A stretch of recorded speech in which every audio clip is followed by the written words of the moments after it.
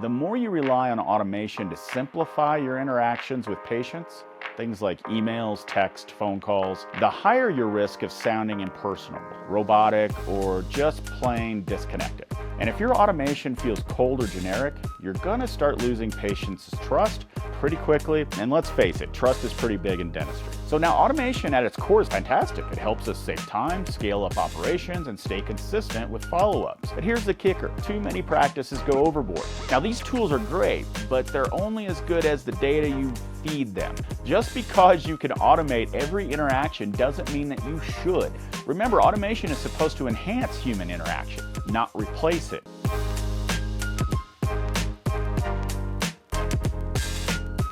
Hey there, and welcome back to the No BS Dental Growth Podcast, the show dedicated to giving dental practices straightforward, actionable strategies for real growth, minus the fluff. I'm your host, Chris Pistorius, and today we've got an episode I think you're really going to like.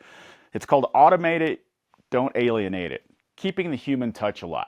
All right, let's dive straight into it. First, I want to introduce you to something I call the automation paradox. Now don't worry, this isn't some super geeky tech term. It's actually pretty straightforward, but it's something that can make or break your relationships with patients. The automation paradox goes like this. The more you rely on automation to simplify your interactions with patients, things like emails, text, phone calls, the higher your risk of sounding impersonal, robotic, or just plain disconnected. And if your automation feels cold or generic, you're gonna start losing patients' trust pretty quickly. And let's face it, trust is pretty big in dentistry. So think about it for just a second. Patients choose their dentist based on comfort, trust, and connection, just as much, if not more, than clinical expertise. A great smile means a lot more coming from someone who genuinely cares about them. Wouldn't you agree? So now automation at its core is fantastic. It helps us save time, scale up operations, and stay consistent with follow-ups. But here's the kicker. Too many practices go overboard. They use automation blindly without putting in the work to personalize it. And then what happens? They lose the critical human touch. And that's not good.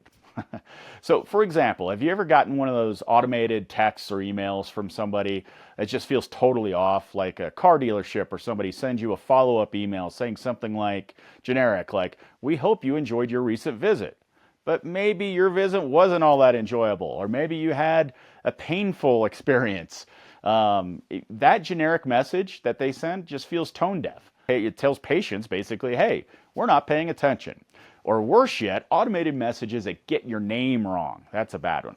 Or they reference treatments you never had. These missteps break trust instantly, and once that trust is broken, getting it back is really tough. So that's the paradox. Automation is meant to help you build better relationships more efficiently, but it can easily push patients away if you're not careful. The question we're going to tackle today is, how do you strike that perfect balance? How do you use automation to scale your practice, make your life easier, and still preserve and even enhance the genuine human relationships that make dentistry unique? I'm going to talk specifically about key areas in the practice where you can and should personalize those automation efforts. And trust me, this is stuff you're going to want to take notes on because it's going to make a big impact, and it's things that you can start doing immediately. So let's just jump right into it. It's really time to get a little bit more tactical. I promise specifics on exactly where and how to personalize your automation. So let's jump in. I'm going to walk you through a few key areas where personalization makes all the difference, especially in dental practices. First up, there's the appointment scheduling reminders. Now, every dentist out there pretty much sends those, right? But here's the difference between a good practice and a great practice. It's all about personalization. Instead of a robotic sounding text like your appointment is tomorrow at 10 a.m., make it friendly and use their name. For instance, hey Jennifer, we're looking forward to seeing you tomorrow at 10 a.m. Let us know if anything changes. Just that little tweak will instantly make the patient feel more valued, like you're genuinely looking forward to seeing them, which I'm sure you are, but you're not just checking boxes, right? The next thing, follow-up sequences, particularly for unscheduled treatments or missed appointments. Have you ever gotten one of those emails after you missed an appointment to something saying something robotic like, "You missed your appointment, please reschedule"? That feels so impersonal. So instead of doing something like that, Your automation can feel warm and attentive. Something like, hey Mark, we noticed you couldn't make it in today. Hope everything's okay. Let's get you rescheduled whenever it's more convenient for you. Click here to pick a new time. It's empathetic, human, and it shows you're paying attention to them personally. And don't forget post-visit care instructions. These are big. Automation can really shine here, especially after more involved procedures. Instead of sending generic care tips, personalize it based on exactly what treatment they had. Imagine this, someone just had a root canal, and later that evening they receive a text. Hey Sarah, hope you're doing better. Remember, it's normal to feel some sensitivity tonight, but if anything seems off, we're here. Reach out anytime. Now that's automation that feels deeply personal, caring, and reassuring. Another area we should talk about is reviews and reputation management. You want patients to leave reviews, preferably good reviews, but generic requests usually go ignored. So personalize this.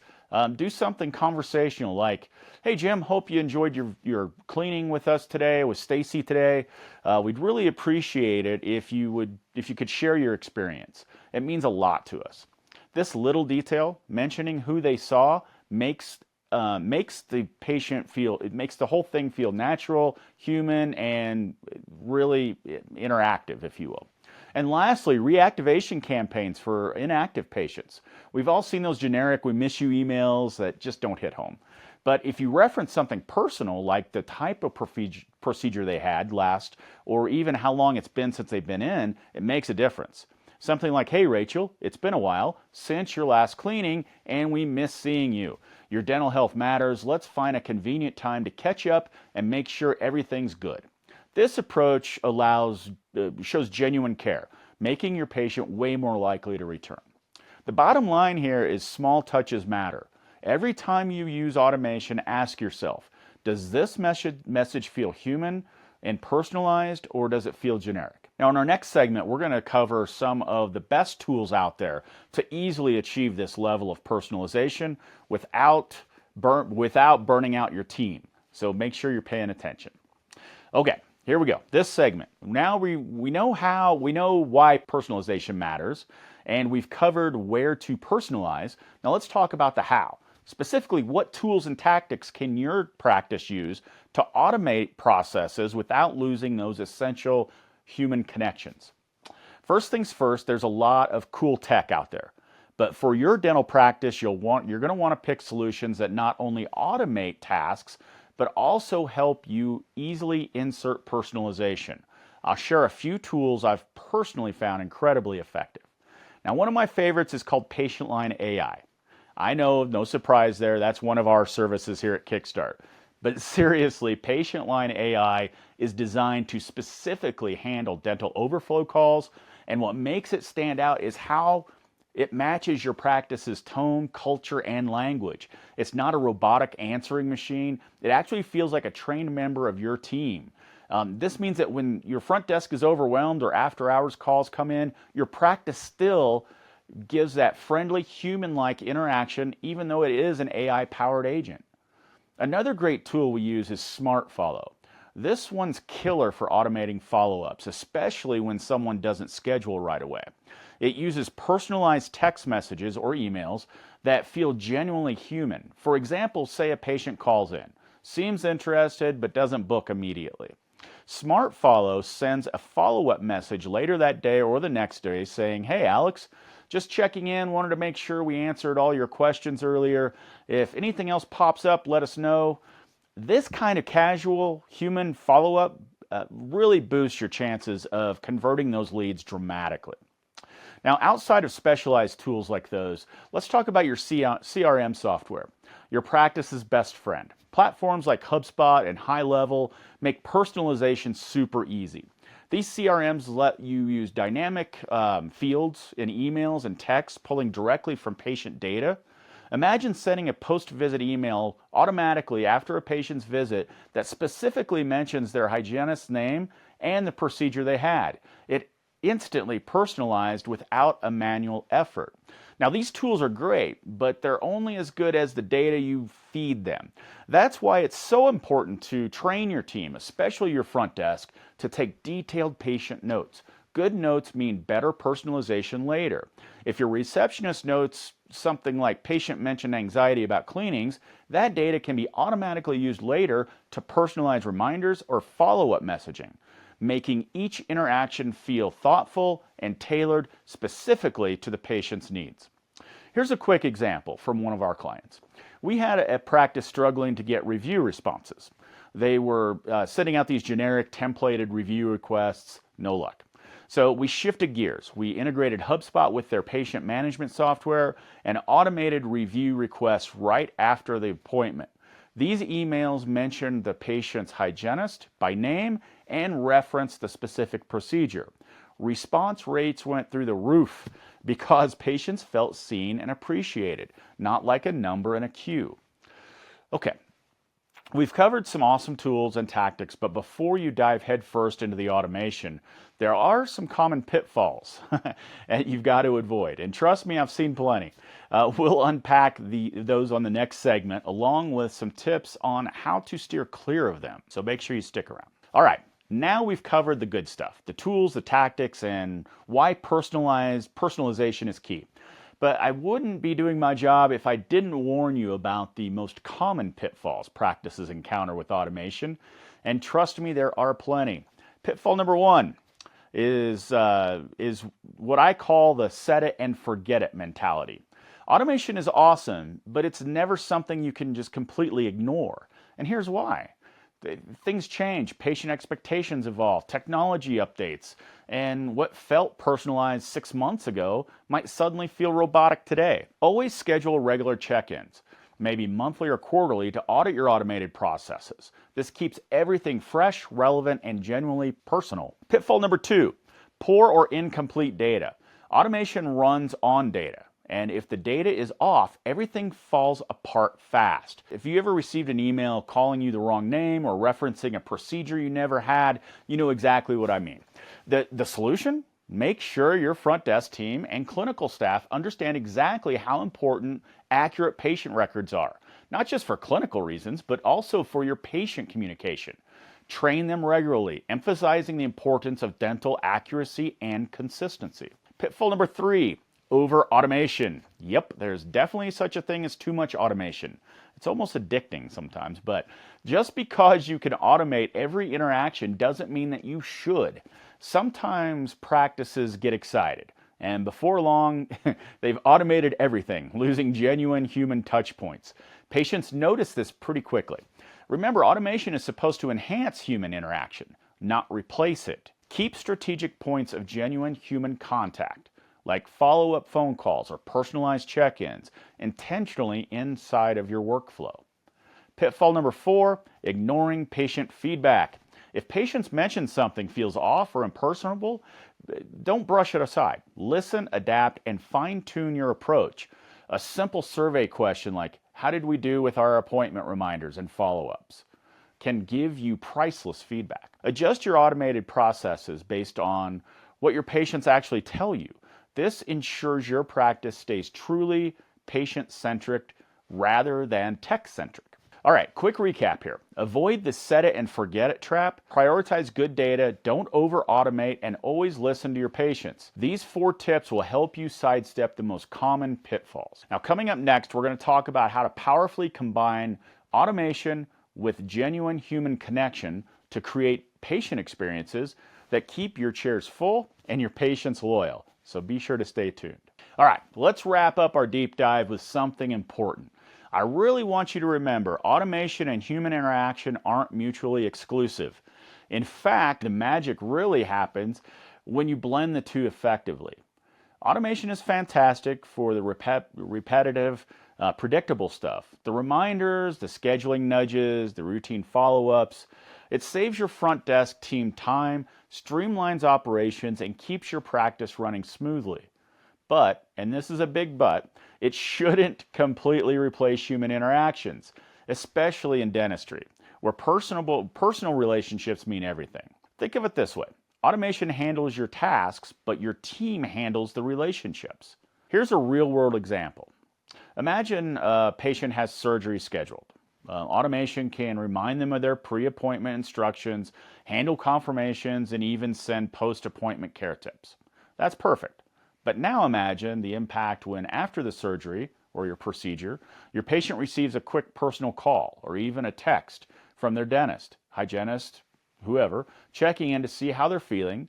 It takes maybe 2 minutes of your team's time, but it leaves an enormous impact on the patient's experience. Another great example is new patient onboarding. Automation can manage welcome emails, intake paperwork, and appointment confirmations. But adding a quick personal introduction call from the front desk or practice owner can completely elevate the experience, making them feel welcomed, valued, and truly excited about their upcoming visit. Practices that combine smart automation with strategic human interactions consistently see stronger patient retention, higher referral rates, and better overall satisfaction. Patients love the convenience automation provides, but they return because they feel connected to the people behind the practice. So, what's the takeaway here? Embrace automation, absolutely, but always carve out space for genuine human connection. Your practice will run smoother, your patients will be happier, and honestly, your bottom line will definitely thank you for it. We're about ready to wrap up today's episode. Stick around for just a quick recap and some actionable steps to start personalizing your automation right away. All right, let's quickly recap what we've covered today because this stuff matters and I want you to actually start using it. First, we talked about the automation paradox, the fact that automation, when used incorrectly, can actually push your patients away instead of pulling them in and closer. Your goal is automation with personality, keeping your practice feeling human even at scale. Then we dove into specific ways to personalize key patient touchpoints, reminders, follow-ups, post-treatment messages, reviews, and reactivation campaigns. The bottom line here, details matter. Small personal touches can transform how patients experience your practice. We also covered the tools and tactics to get you there. Remember, platforms like PatientLine AI, SmartFollow, HubSpot, High Level can significantly streamline this process, but they're only effective when paired with good, clean data and detailed patient notes. And finally, we emphasized how crucial it is to blend automation with authentic human interaction. Use automation for tasks, but never let it replace the genuine personal care your team provides. Now, here's what I want you to do next. I want you to take 10 minutes after this podcast, and I want you to audit your current automation, emails, texts, calls. Ask yourself, are they personalized enough?